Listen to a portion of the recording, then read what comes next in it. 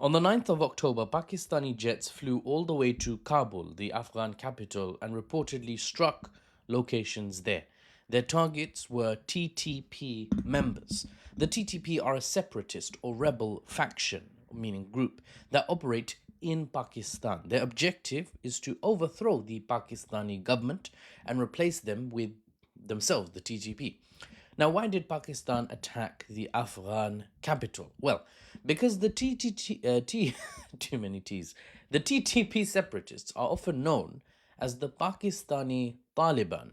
They are ethnically Pashtun and align quite well with the current government of Afghanistan, the Islamic Emirate of Afghanistan, which are the Afghan Taliban. They're both Taliban, right? But one's in power and one's a rebel group in Pakistan.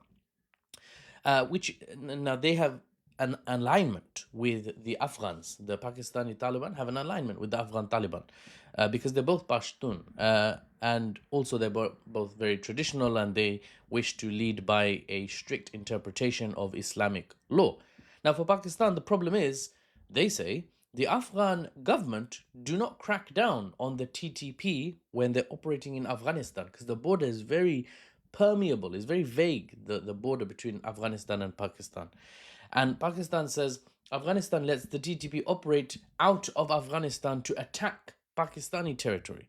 So Pakistan cannot crack down on the TTP without flying into or stepping into Afghanistan. Otherwise, the rebels or the separatists they're fighting, they slink back across the border into Afghanistan, and then Pakistan are like, what do we do now? We wait for the next attack, I suppose. Now, that's just an explanation. I'm not taking a side here. I'm trying to help those who don't understand anything about the situation understand in about 10 minutes. Those of you who are Afghan and Pakistani, those who are Afghan or Pakistani, I know you guys know a lot more. I'm missing out a lot of context, but this is TikTok and I've got 10 minutes, right? Now, the attack on October 9th was intended to take out the head of the TTP, who has recently been reforming the group and stressing that civilians cannot be legitimate targets, only attack military personnel, security personnel, etc., etc. Now, Pakistan perhaps was worried that dialing down the extremist positions of the TTP group may make them more popular among the Pashtuns on both sides of the border. They failed to take out the head of the TTP, Pakistan, but they claimed they took out some other members of the TTP regardless. Now, following the attack on Kabul, Afghanistan responded with cross-border attacks that the Emirate claims has successfully allowed Afghanistan to take over 25 outposts, watchtowers, as it were, and take out 50 Pakistani soldiers, border guards, basically. Now, Pakistan has restrained itself, it has to be said, in terms of full-scale responses, because if they wanted, Pakistan has a far more developed military. That's just facts. They are China-backed in terms of military technology. They have an air force. Afghanistan has nothing to compare. So they could, if they wanted, conduct massive airstrike campaigns to render Afghan military positions a smoking ruin. But of course, that would come with its own consequences and expected response from their Western neighbor, the Afghan state. And those consequences geopolitically don't benefit Pakistan, so it's not in their it is in their remit, but it's not in their best interest, that's it, to escalate. That's the news, and I already slipped into the analysis there, so see you on the next one. I'll keep you posted with the developments from the Afghan-Pakistan border. The cross-border tensions are still high after all, 3 days in. Now, here's the analysis if you care to watch. I have no orange juice this morning, so, oh well. If you have orange juice, just sip it in, for me, I suppose. Now, first off, many will say, Mahfouz, Israeli attacks in the Lebanese capital, Beirut, or Doha, the Qatari capital, or Sana'a, the Yemeni capital, isn't this the same thing, but Pakistan's doing it?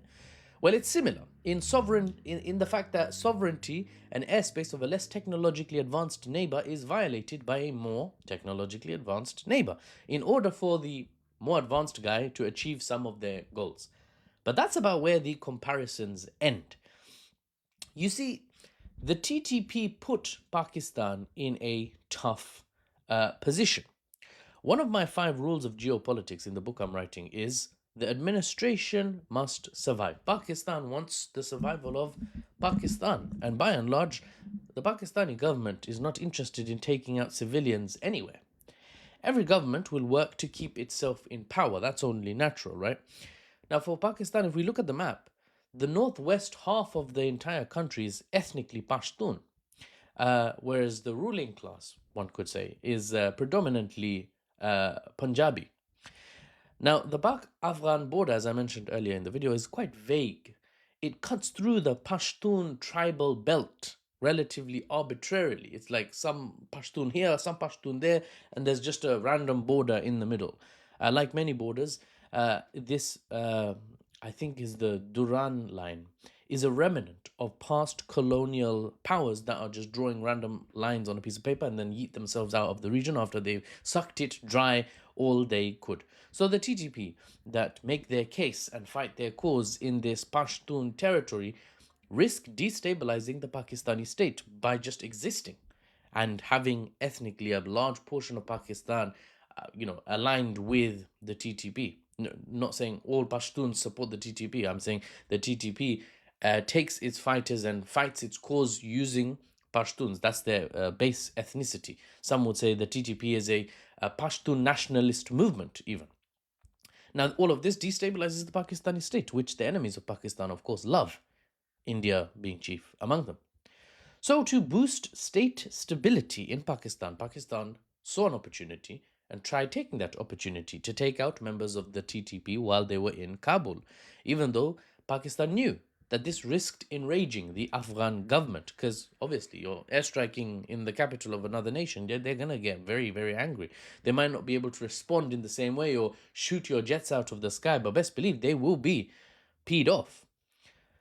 I would expect a brief flare up overall between Afghanistan and Pakistan, and then things will die down. Why? Well, because the Pakistani Air Force tasked with carrying out these strikes did what they wanted already.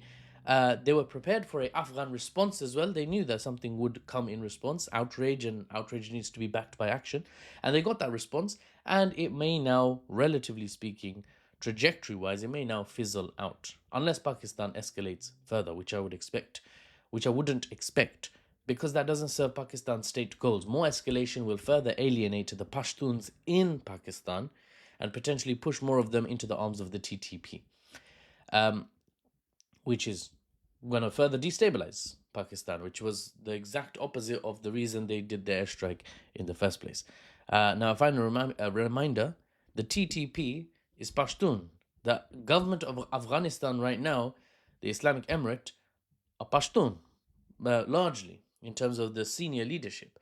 So Pashtun there, Pashtun, TTP, there's a bit of an alignment there. They're different groups. That's why one is called Taliban Pakistan and the other is Taliban Afghanistan. The Afghanistan guys won, quote unquote, over the puppet government of the US, kicked the former superpower out of their country. Now they're ruling Afghanistan. The TTP, nowhere near as, you could say, successful, analytically speaking, because they're still just a rebel group. But there is significant tension between the Pakistani state and the Afghan state as a result of the TTP group, because the Pashtun ethnicity and the culture and the dilemma of the semi-permeable border means it's quite difficult.